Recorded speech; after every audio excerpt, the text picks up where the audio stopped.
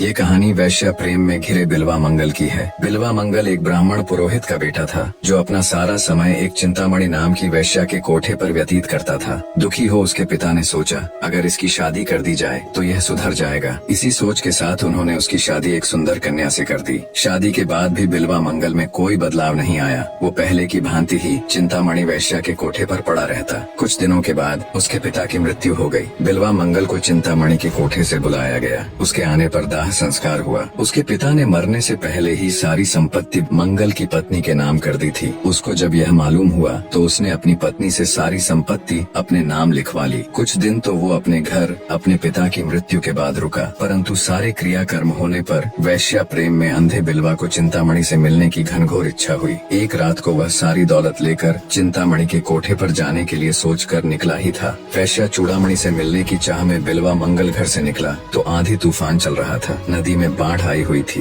पर बिल्वा मंगल को तो चिंतामणि से मिलने की लगन लगी हुई थी। बाढ़ की परवाह किए बिना वह रात को अंधेरे में एक काठ के टुकड़े जैसी चीज पर बैठकर नदी पार कर गया। नदी के पार पहुंचकर बारिश में वह चिंतामणि के कोठे की ओर भागा। वहां पहुंचकर उसने देखा कि चिंतामणि का कोठा बंद है। उसने दरवाजा खटखटाया, परंतु रात में किसी ने दरवाजा नहीं खोला। बिल्वा मंगल चिंतामणि के मोह में इतना पागल था कि वह किसी तरह भी उसके पास पहुंचना चाहता था। उसने देखा कि छत से एक रस्सी लटक रही है। बिल्वा मंगल ने सोचा शायद चिंतामणि ने उसी के लिए यह रस्सी लटकवाई है। वह उस रस्सी से ऊपर चढ़ गया और ऊपर पहुंचकर उसने चिंतामणि को पुकारा। बिल्वा मंगल को अपने घर में देखकर वैश्या चूड़ामणि ने उससे पूछा वह इतनी भयानक रात में नदी कैसे पार करके आया है। तो उसने बताया कि वह एक काठ के तख्ते के सहारे आया है। और जब चूड़ामणि ने पूछा कि वह कोठे के अंदर कैसे आया है तो बिल्वा मंगल ने बताया कि वह रस्सी से ऊपर चढ़कर आया है। चूड़ामणि ने कहा कि उसने तो कोई रस्सी नहीं लटकाई है। तब वहाँ जाकर उसने देखा तो वहाँ एक सांप लटक रहा था। फिर जब नदी की ओर देखा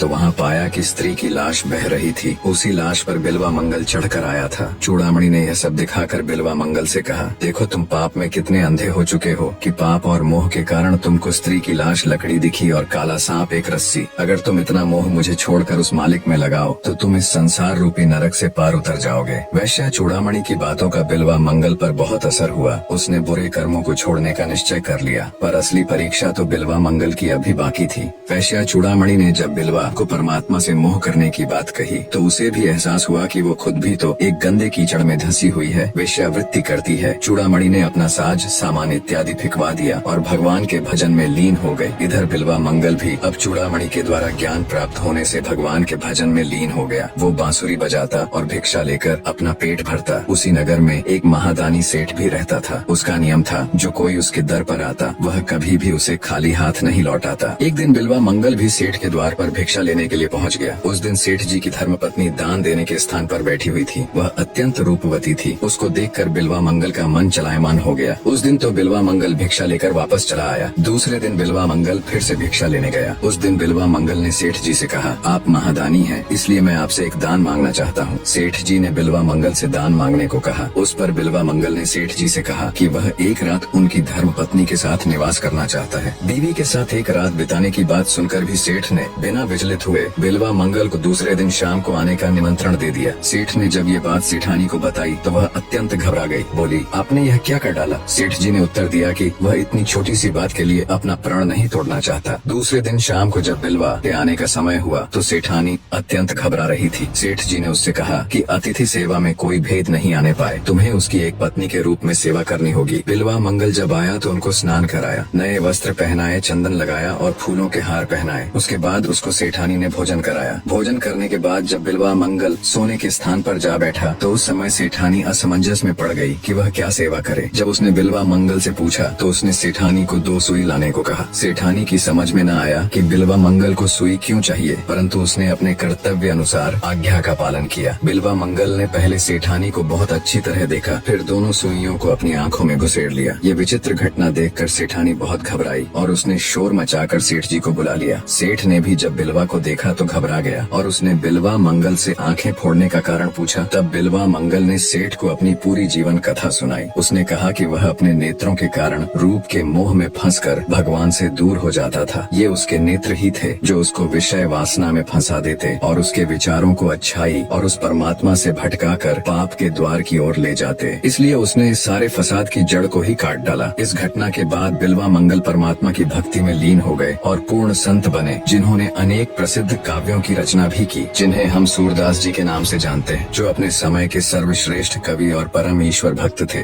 निष्कर्ष, सच्ची भक्ति और ईश्वर प्राप्ति का मार्ग हमारे आंतरिक मोह और वासनाओं के त्याग से होकर गुजरता है। बिलवा मंगल यानी सूरदास जी ने अपनी आँखों को प्रतीकात्मक रूप से त्याग कर यह सिद्ध किया कि जब तक हम विषय वासना और सांसारिक आकर्षणों से ऊपर नहीं उठते, तब तक ईश्वर की सच्ची अनुभूति संभव नहीं होती। यह आत्मज्ञान और विवेक की यात्रा है, जिसमें बाहरी सौंदर्य और भौतिक सुखों का परित्याग कर हमें अपने अंदर की दिव्यता को पहचानना होता है। भगवान की प्राप्ति केवल वही कर सकता है जो अपने इंद्रियों और मन पर विजय प्राप्त कर पूर्ण समर्पण और त्याग के साथ भक्ति करता है।